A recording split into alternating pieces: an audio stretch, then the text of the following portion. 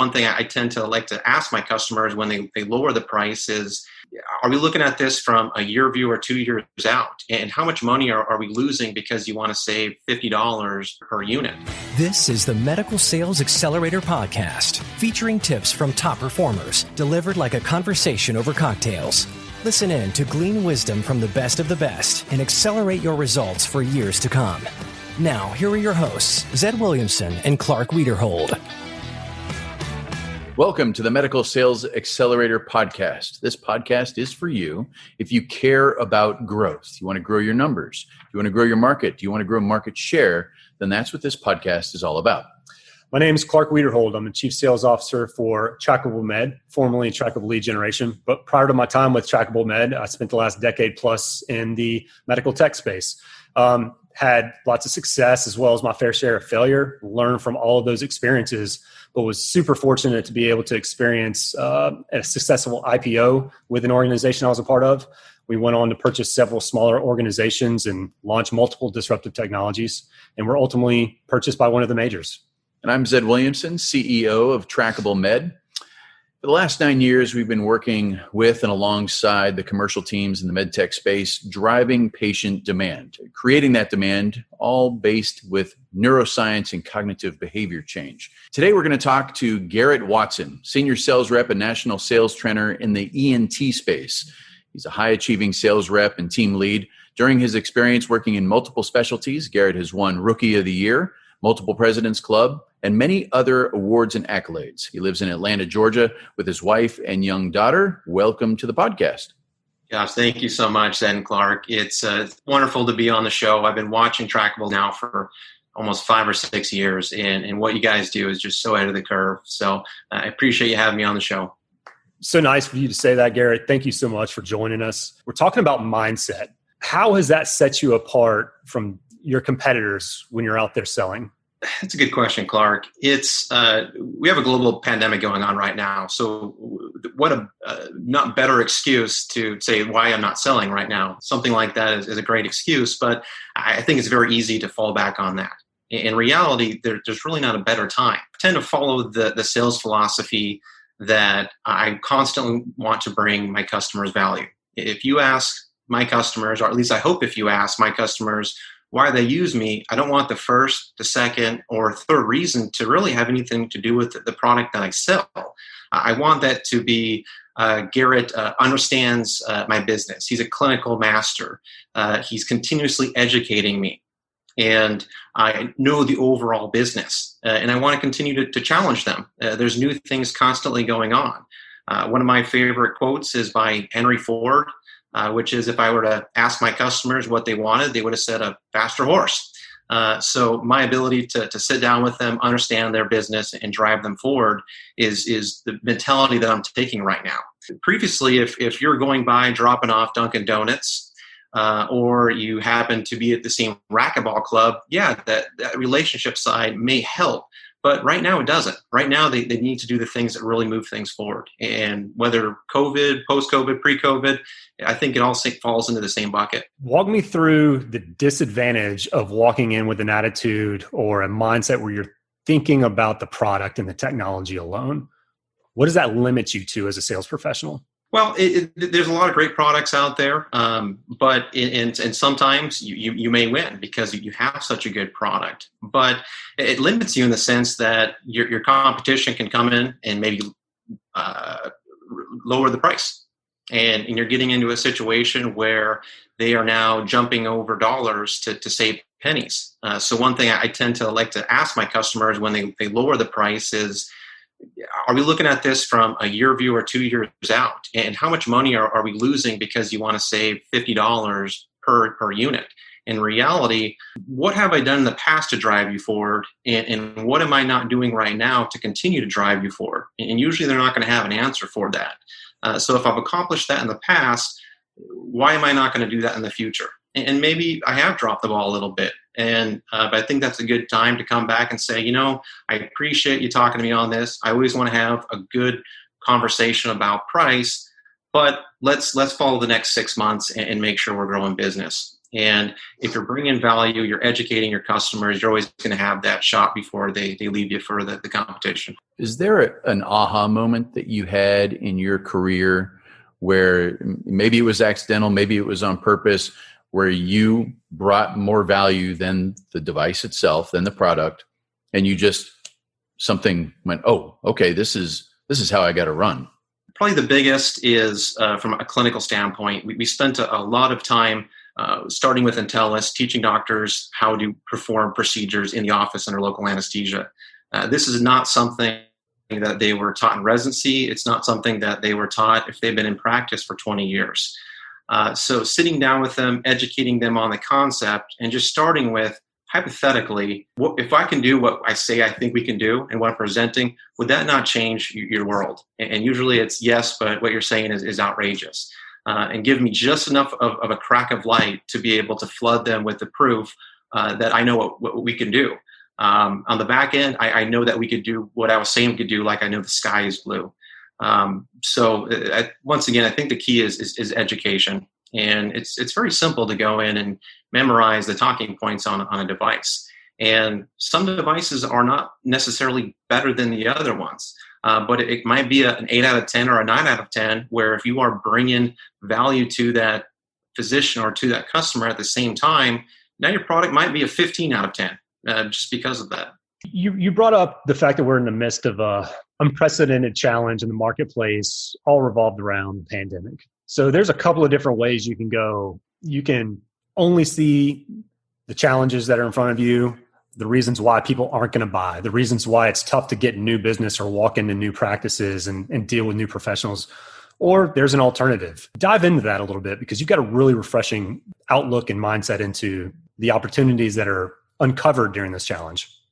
I think in general, I've been following the market a lot, and I think about how Warren Buffett always talks about how he really made his money in the time when things came down. And I think that can really apply to our business right now. So bringing education to a customer, bringing value to a customer, this is the time they need that more than ever right now. And I talked about how it's also a good time to make excuses. And I have the customers, for whatever reason, you can call it curiosity. Maybe they've never used my competition, but they have that slight itch to where they want to jump over and just give it a shot.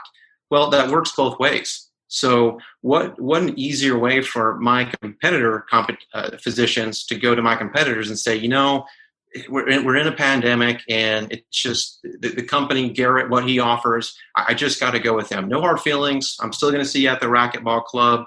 But it provides an excuse to step over to my side. And if we can do that, then once again, we can flood them with everything we have to offer. Think about a rep out there who has memorized all the talking points and they've got the data down. They hear this concept of bringing more value. How do you tell that person what to do? What's step one for that human that just hasn't wrapped their head around this idea yet? So I would start with some probing questions. When was the last time that you sat down with the practice CEO of a doctor that goes to that practice? When was the last time you sat down with the administrator? When was the last time you sat down with the staff and figured out how you can make their life easier? Jumping back to the business side of it, a lot of your practice administrators or CEO are overwhelmed by the different things going on. I see a lot of issues with reimbursement, mistakes where they're driving revenue, but they're still missing 20, 30%. 20, 30% over 5 or 6 years could be millions of dollars. If you can go in and point that out, price of my competitor doesn't matter. They could be free for the next 10 years, and the overall revenue that they will generate will blow that away. So I would first sit down and figure out how they can drive value.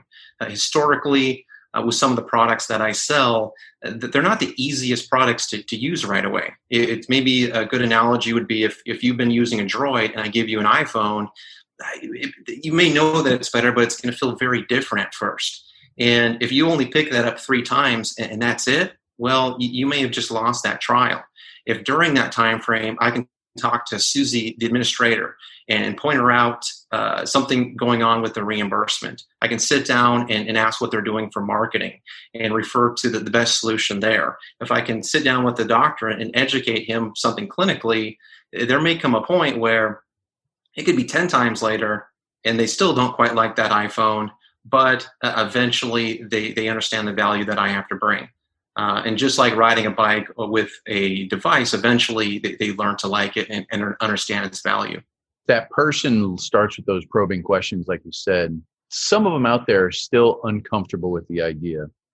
Do you feel like you have a business background that gives you more confidence in asking someone about their business? Is it that you just came across it enough times that you're comfortable? I'm trying to think of that person who goes, that's great, but I'm scared to ask that question. Yeah, it's not easy. So I am information junkie from the amount of information I take in. Maybe 30% of it has to do with sales, and the other is just different businesses, and I like to study human nature. So, I don't know if I have a direct answer for you on that one, Zed, but we all come from different backgrounds. We all have talents that we can maximize. And if you're young right out of school, is it going to be tough to walk into a practice and start talking about the business? Yes. In fact, if you've been in business for 10 years and you walk into a medical practice, you may not right away be able to answer some of those questions or probe them in a direction. But that's where you got to do the extra work. That's where you need to say, for me to be able to move ahead, I got to do something different than my competition, and also not rely on the company that you work for to come in and say, hey, this is the template of how we move things forward. If you're going to be successful in medical sales, you got to think for yourself. That last thing you just said, what I find is there's a large group of people out there that are so uncomfortable with the idea of being asked a question that they don't know the answer to. They will avoid the question like the plague. And I think that there's a group of reps out there that they have high skill, they have high drive. They think they need to know every single answer before they talk to someone. And I think that's where there's a lot of opportunity with what you're talking about. Just get in and understand what pains your customer is experiencing. You don't need to have all the answers, but if you can understand what's causing them hurt, then you will end up bringing them value. Yeah, I agree 100%. And we tend to look at the products that we sell as our children. So you never want to call your baby ugly. And I understand the clinical data behind my device. And my company has talked about the competitors, but there's a lot of products that at the end of the day, they're very similar. A good surgeon is going to be successful with either product. There may be some hangups. There's some push and pull in both directions. But at the end of the day, one could be green and one could be black. And that's what the physician needs to choose from. And if you're offering something else to help them move forward, it's a big difference. How do you find yourself staying on edge and sharp with that mentality and that mental focus? Yeah, so there's a few templates that I'm not going to change. So I know it's worked in the past. I'm going to continue to go through that template and condense that process. So one big thing that I love is physician education. I know when you take two physicians and you put them together, that is a time frame when the physician that is learning can ask questions that he's not comfortable asking a sales rep. At the end of the day, I need to humble myself and remind myself that I'm Garrett with an accounting degree. And when I'm telling them to cut a centimeter away from the brain and don't worry, you can do this, do that, I am a sales rep, even though I believe it. So putting physicians together allows them to go through some of those processes. Besides that, we always just got to continue to educate ourselves. So it goes back to a little bit with if you're relying on just the company that you work for to provide the information you need. I work for a phenomenal company, but I still need to go out and learn on my own. The other big one is preparation. I think of a quote, trying to think, it might have been Bobby Knight, but we all want to win. That's the easy part. but it's the preparation to win that is the hard part. So making sure that you prepare to win. I prepare because I'm lazy, because I don't want to get kicked in the teeth. It's much easier for me to prepare and get a slight jab than it is to not prepare and go get kicked in the teeth and deal with the agony that I have after that. So preparation is going to be a key one.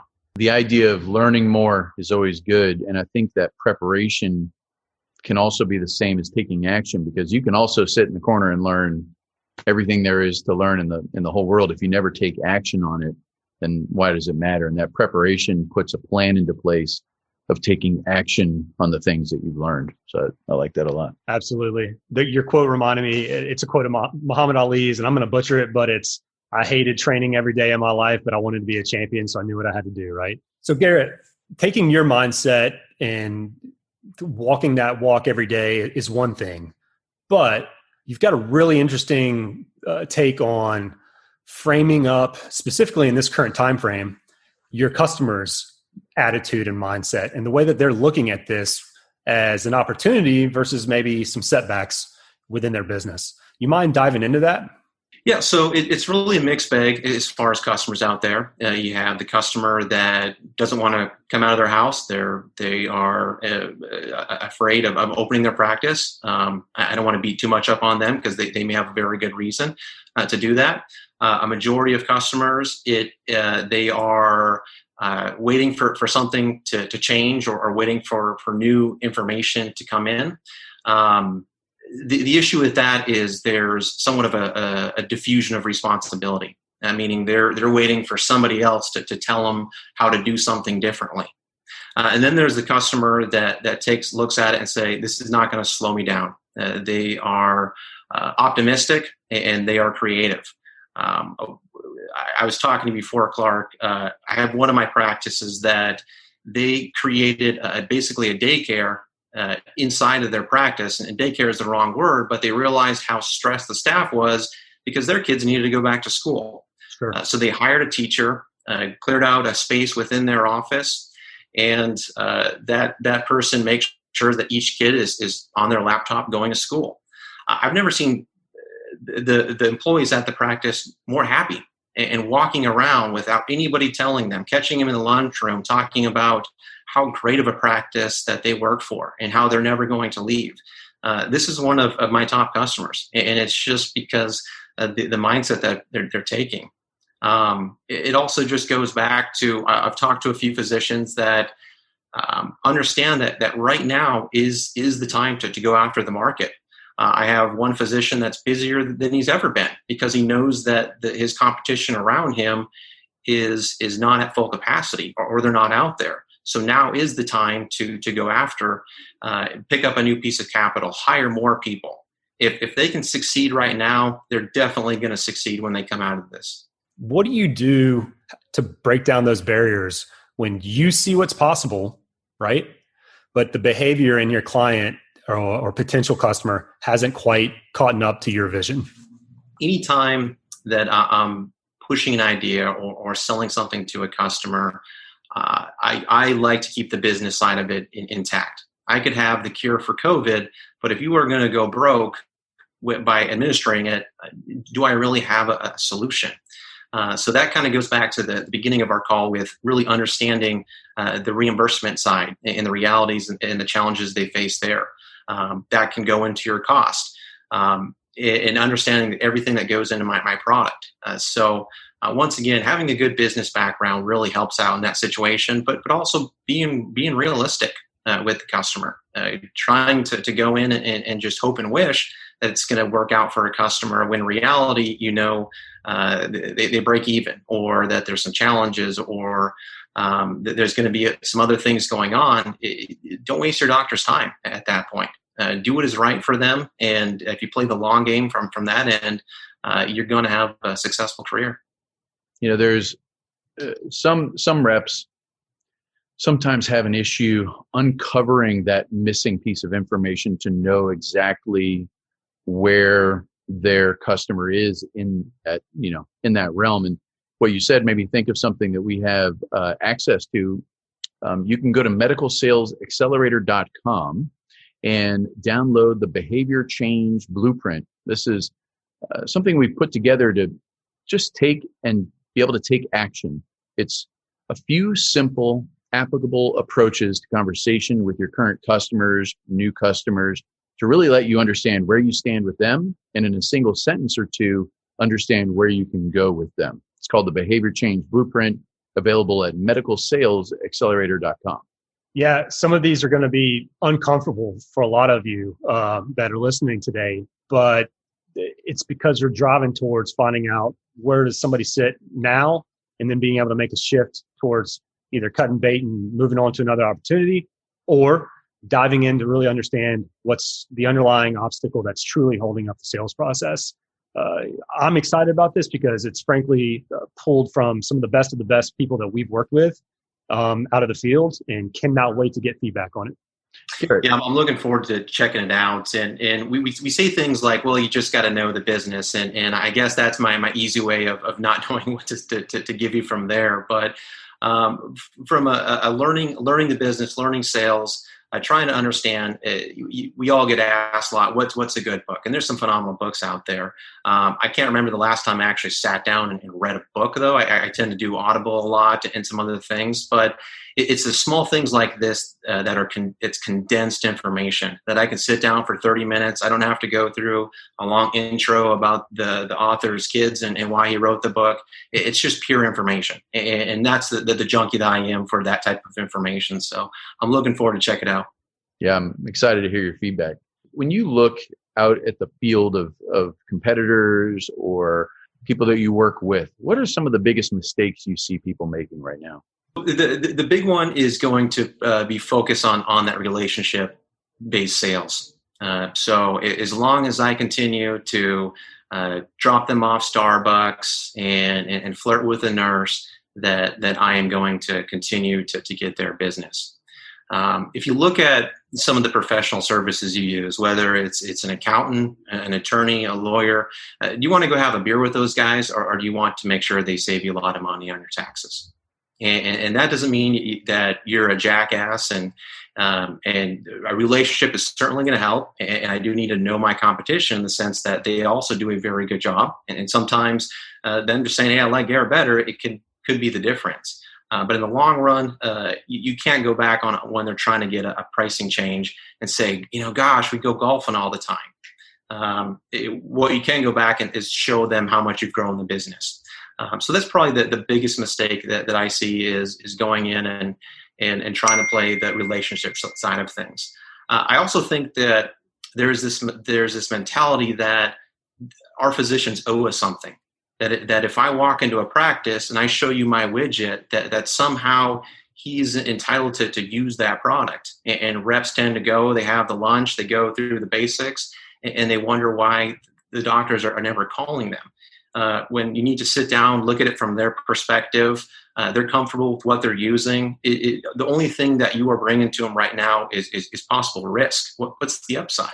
It's really, really interesting, Garrett, because you'll see reps fall into one of two camps. I'm a challenger or I'm a relationship person. And it's been frustrating for me over the years. Finding the balance there is certainly a skill set that I individually had to learn. Finding that tightrope between relationship, but also creating enough discomfort to push status quo. How do you walk that balance? And do you think one comes before the other? You're certainly going to want to start some type of minimal relationship early on. The problem that you run into if you come out hot and heavy is you come off as aggressive. If you were to poll any doctor I've ever came across, that would be their biggest negative is the guy's too aggressive. I'm okay with that because the 20% of physicians who do 80% of my business, it's very rare that those are going to be the 20% that are saying that guy's too aggressive. And it can almost be somewhat of a filter that if I'm talking to a physician and I'm saying, hey, you can do X, Y, Z, they're looking straight through me that maybe they're not worth my time. But you make a good point. And I do think there's a little bit of a relationship. At the end of the day, they still have to work around you and then you want them to like you. And so there's a big reason why we tend to have the outgoing personalities that we have. But still the challenger is going to win. No doubt. When you've got disruptive technology or technology that you're really having to create a marketplace, you've got to get folks uncomfortable or they'll never change, right? I'll never forget sitting in a formal training in previous life, and the head trainer was sort of mocking the challenge or sale.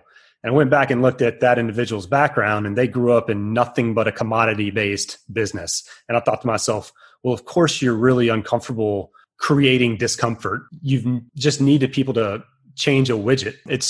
You got to mold it to the field and the specialty in which you're in and the specific circumstance that you're at. I've become more of a believer over the years. Obviously, you're going to have a much higher percentage shot if they like doing business with you, or they at least like having you around. Yep, and it's interesting that some of the same concepts that we're talking about can actually go with a physician in his practice, or it can be with a rep. You could almost go the same thing with bringing extra value to your patients. We're not in a time period where you can just put a shingle on a roof and put MD on there and people are going to come to your practice. I will drive out the competitive nature in a physician with that as well. So what's the guy down the street doing? Well, he's shifted over from local to conscious sedation. Now it's a perfect time to do things. And once again, provide them XYZ on how they can move to that next step. People are out there trying to figure out solutions. And if you're walking into a practice right now and just saying, hey, this is my product, it does XYZ, how is that different than what it was doing 8 months ago before COVID? And if the answer is nothing, you don't have a strategy. Garrett, it sounds like ultimately your strategy is to try to be a problem solver for not just your clients, but the opportunities, the targets that you have in your marketplace that you're not currently doing business with. You're studying, you know their business, you know their pains before you even walk in and have a conversation. And ultimately, you've got a widget or some technology to incorporate into their practice, into their treatment algorithms, but you're really looking to solve problems. I don't think we need to overcomplicate it. That's the same concept that we can apply to a lot of business and sales. And you don't have to have been in the business for 10 years to apply that. And maybe you use that as your strategy. So you don't get into a conversation about clinical data and the procedure itself. Why not go in and sit down and say, here is some reimbursement information. Or, I know you're already past that. I see a lot of the top doctors like yourself using XYZ marketing to push their practice forward and just master one advanced subject. And that in itself can drive you forward. And I know you can do it because there was at some point when I was a rookie and I was at the beginning and I would take that approach. And I look back and I'm somewhat embarrassed on some of the things that I said clinically and all across the board. But I was still gaining traction by trying to find some sense of value. Garrett, you were talking about how to leverage pieces of data earlier, clinical data being one of those. That's a mistake that seems to be made a lot with medical device professionals. They'll data dump, they'll walk through a piece of clinical information, but then they're not coming around with that emotional tie. They're just walking through the logical, right? Walk through how you like to use the logic to set up the emotional tie to the pain that you're solving so that you actually get buy-in and create behavior change. Yeah, so we talked a little bit earlier about a lot of your medical devices are going to be very similar. So yes, there's going to be devices out there where it's so different, you're going to win with that product regardless of what you are doing. But you do need to paint a picture to them of, okay, why is my device the way it is? And be able to paint a larger picture that ties into their overall business. That when we designed this, we took 2 devices and put them into one because 5 years from now, we think that there's going to be a change in reimbursement. We did this, even though it's more of a pain in the butt, we know it drives clinical efficacy. And once again, tie everything back to their overall business. And physicians, first and foremost, are going to want to always take care of their patients. And I'm glad we live in a world where that is. Second of all, though, they are going to manage their business. And if their business isn't there in the long term, it may be that they live in a shack out in the woods and they just want to treat people. But once again, if they're not successful with the products you use, they can't do that. So I'm always looking at the business end for them as well. I've been very grateful that I've got a chance to work with individual practices. A lot of medical device reps just work with hospitals where you can somewhat go in, give them a price, and then it just goes into this black hole. And God, who knows how much they're getting paid for the procedure or if they're losing. It doesn't matter because the insurance payers are writing them big checks. That's a little bit of an error in thinking, whereas I've got a chance to really split pennies with the practices, which has allowed me to go back and talk to the ASCs. Which are really following their dollars closely. That also allows me to go sit down with the CFO of a hospital and have that conversation and really show that I care. That, hey, I'm not going to sell you something you are going to lose money on. I'm going to take care of you. Or if you're losing money, I'm going to have a logical reason for that. Hey, you might lose $1,000 every time you do this, but allowing the physician to use this product is going to bring in 5 more other procedures into the hospital, which is going to be a net income of $100,000. So knowing the business side of it is still really important. That's good. A lot of great information. I know people are going to walk away with some actionable things. I really appreciate you taking the time to spend it with us today, Garrett. If you like the show, go ahead and rate us. You can go to medicalsalesaccelerator.com, download the Behavior Change Blueprint, sign up for the newsletter so you can learn about upcoming guests. You can suggest guests and topics. Tell us what you want to hear. If you've got ideas on topics, if you have ideas on potential guests, push that through to the website, medicalsalesaccelerator.com. Thanks, Garrett. Thank you for listening.